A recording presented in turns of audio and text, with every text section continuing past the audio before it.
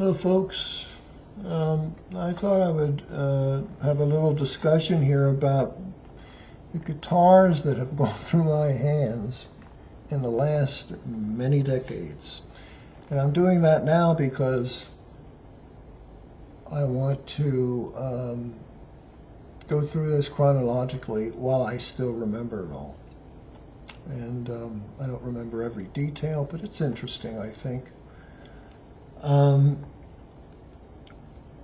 I grew up outside of Philadelphia in a suburb, and we had our few local music stores, and that's where you go if you want to buy something. And this store that I actually took lessons from a guy there too was a Framus, and Framis's came through a Philadelphia distributor and to this store and others. Framus was a West German company. John Lennon had that Framus 12-string acoustic.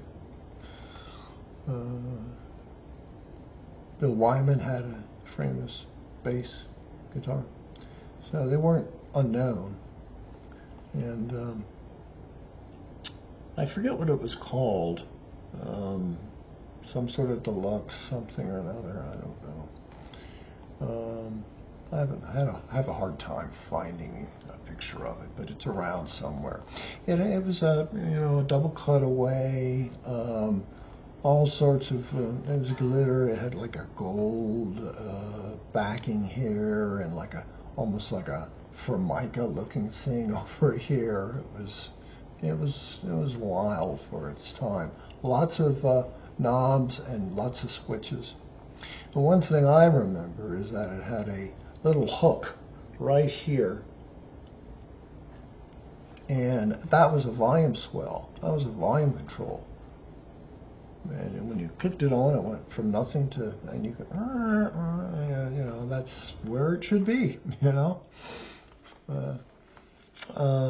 And I had that for a while. That was my first real electric guitar. And then this was right around when the Beatles were really starting to hit early on. So I was starting to get serious about the guitar like millions of other kids, right? And it wasn't long before I went with my dad to Philadelphia at a music store called, I think it was a Music City. And of course they had everything. And what caught my eye was the Firebird, of all things. You probably know what a Firebird looks like. It looks like a parallelogram. It was just, the shape of it was completely opposite than the way that you would think.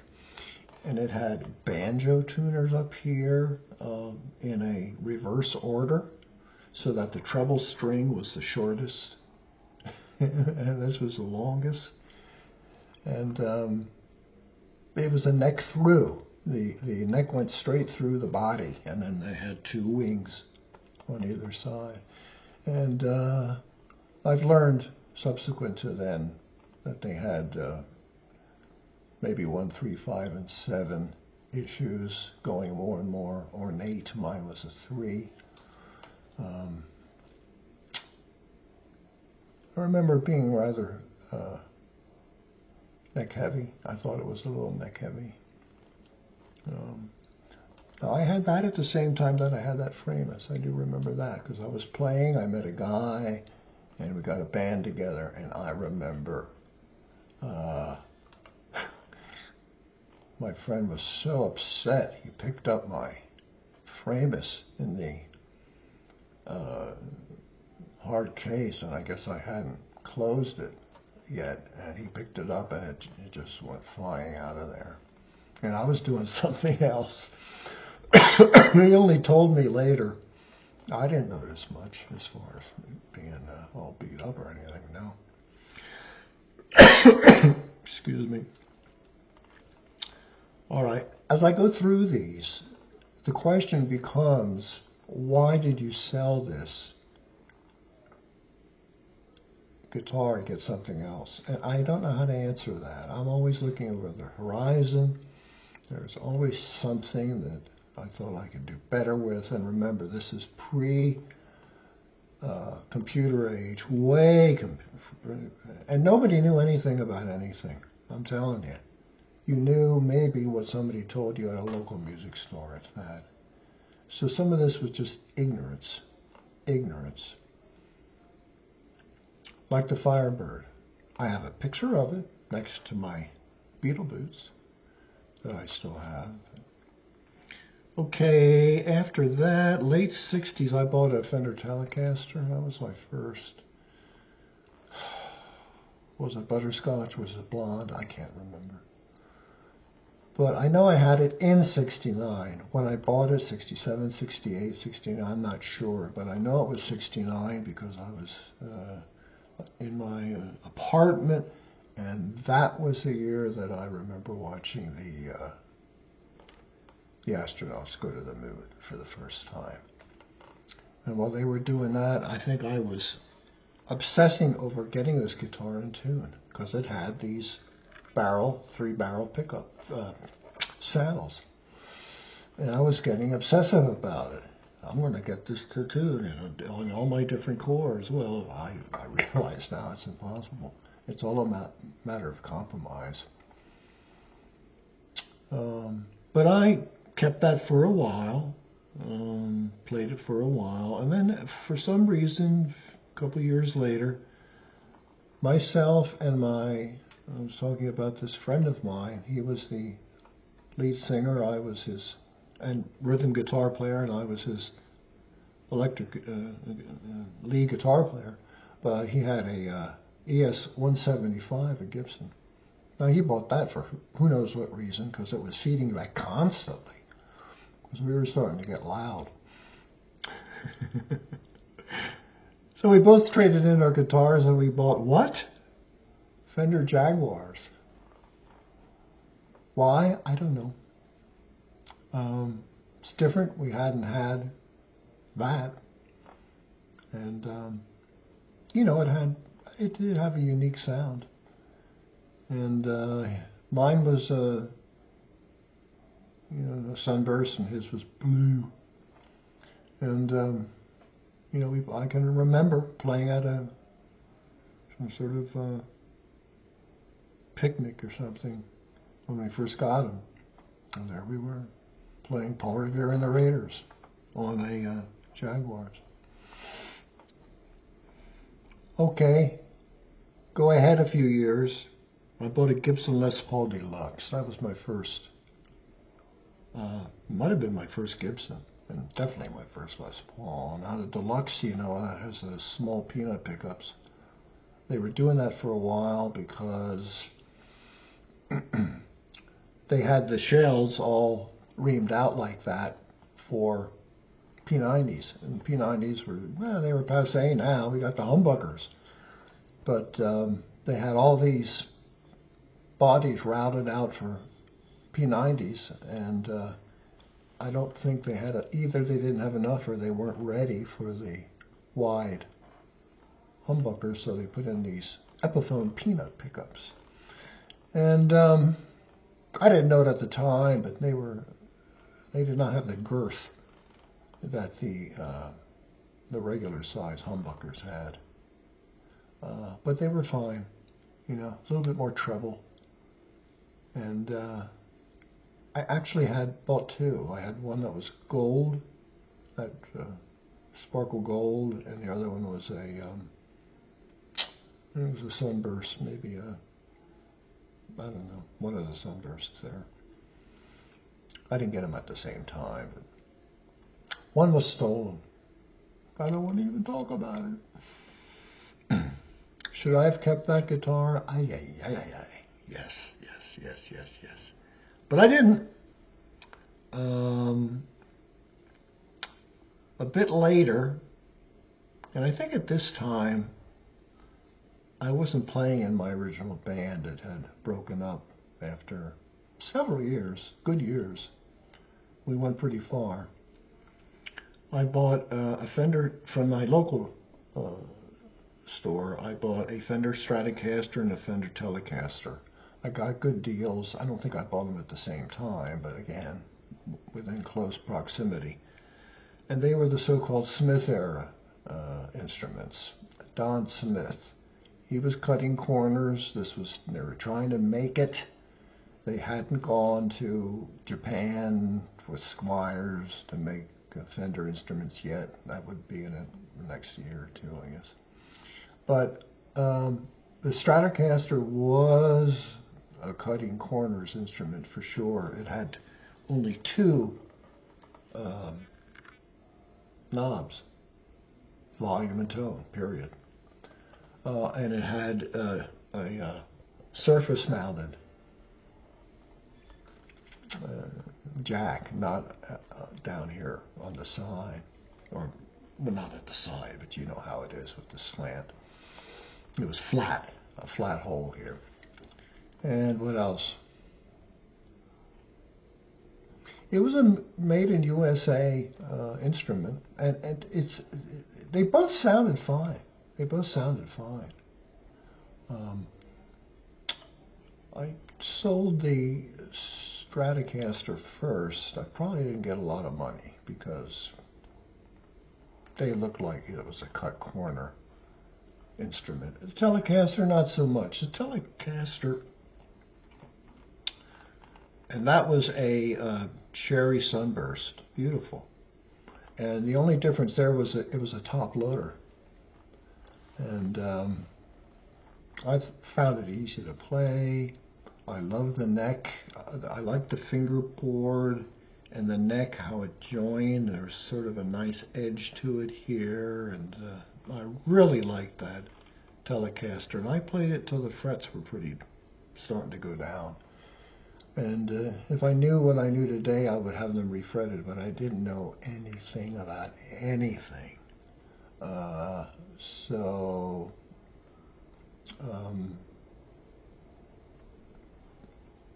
I sold it, I think, on eBay. Yeah. Sorry to see it go. I put a lot of different, I have a lot of guitar lessons that that are on YouTube. You have to look for them, but I did a lot of lessons with that guitar. Okay, so they call that Fender Telecaster, that Smith era, by the way, a Jeff Buckley model, because he used it after the fact, they called it. Okay, we're getting in now into the late 70s. No, what are we getting? Yeah. I think we're going back a little bit now, actually, because I bought a Gibson Les Paul. I'm sorry. Forget about this. After the late 70s, maybe 70.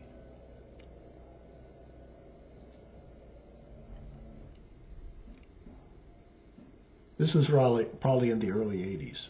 Okay. It's hard to reproduce everything. But I bought a Gibson double cut Les Paul Cherry.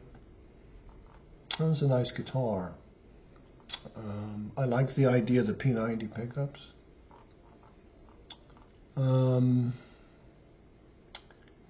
This is when I first discovered that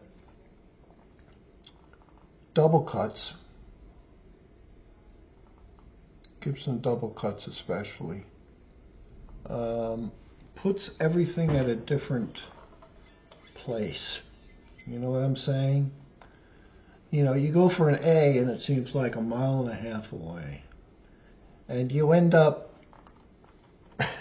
playing high A, high B, high C, you know, because it's right there, you know. Is that why I didn't keep it? I'm not sure. Was that neck heavy? Maybe a little. I don't remember. But it was pretty. It wasn't glossy. It was a very matte finish. Cherry. And then through the 80s, 90s, I bought a lot of Epiphones in somewhat rapid procession. I bought an Epiphone Anniversary 1960, maybe? It was SG. That was the cherry finish. I think I made some YouTube videos of that too. I took those pickups out and put in the Gibson 57s.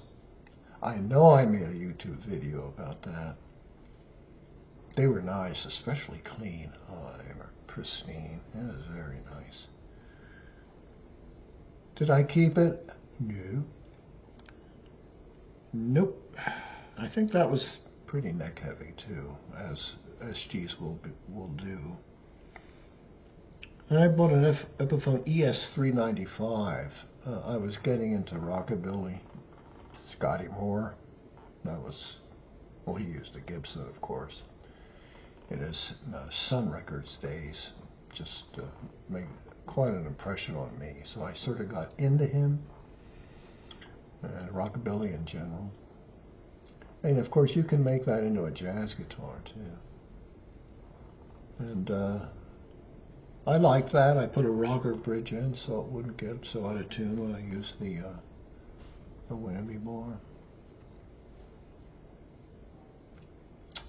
And I don't know. I liked it. Then I sort of liked it. Then I sort of didn't like it. And then time to get something else. I got a Gretsch Streamliner. It was the G242OT. They had just come out with it not too long ago. It was my first Gretsch. I wasn't playing, so I didn't have a lot of money to buy expensive instruments because there was no money coming in. So they got pretty good reviews. It was made in Indonesia. And boy, it came out of the box just perfect. And it was hollow with the tremolo bar, vibrato arm, really.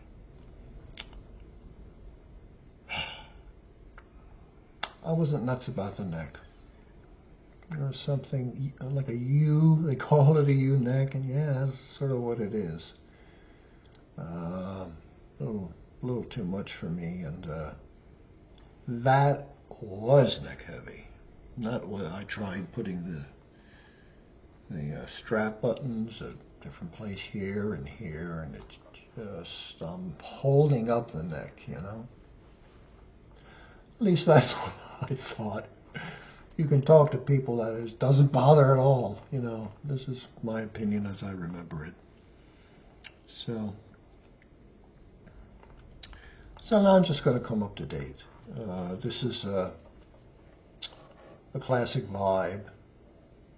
I've had two classic vibes. I forgot to put the first one in. That was the Made in China one, and that was the butterscotch one. And I like that. I played it and played it down till the frets were starting to go down. Not in a groove way, but just all over. And I'm very sensitive to that. Because even though they call them medium jumbo, they're not so jumbo-ish to me. You know, there's not a ton of room to, you know, really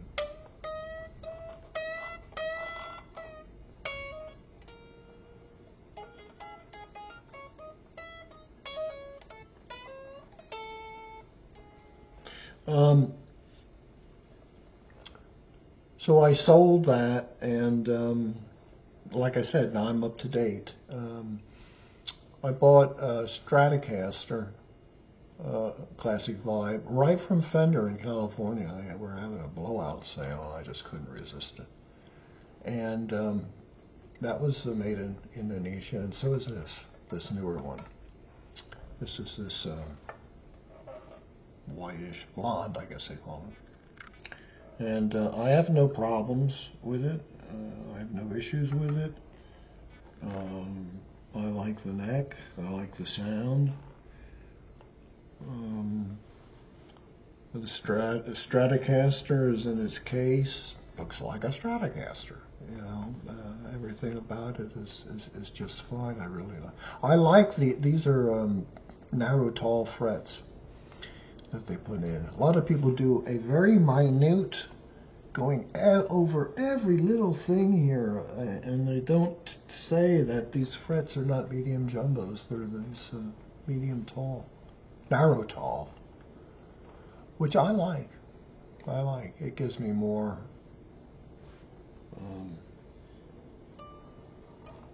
What's the word?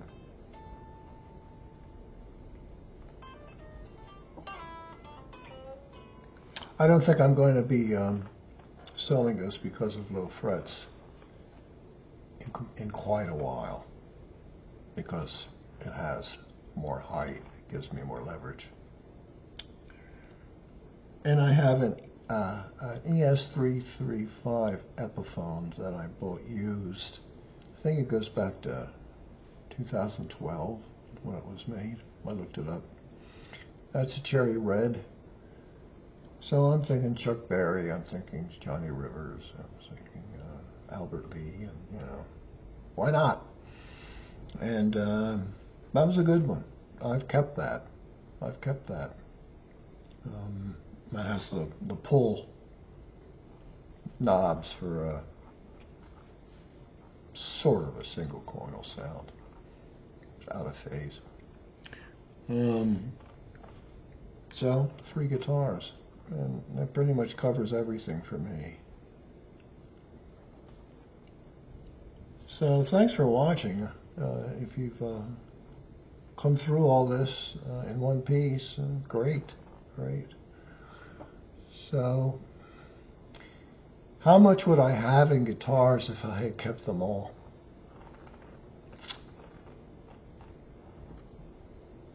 Many thousands of dollars. Some of them, wow. An original Firebird, a 69 Tele. The original Les Paul Deluxes, they've reissued them since then. That Gibson DC double cut Les Paul. I say no more. Thanks for watching.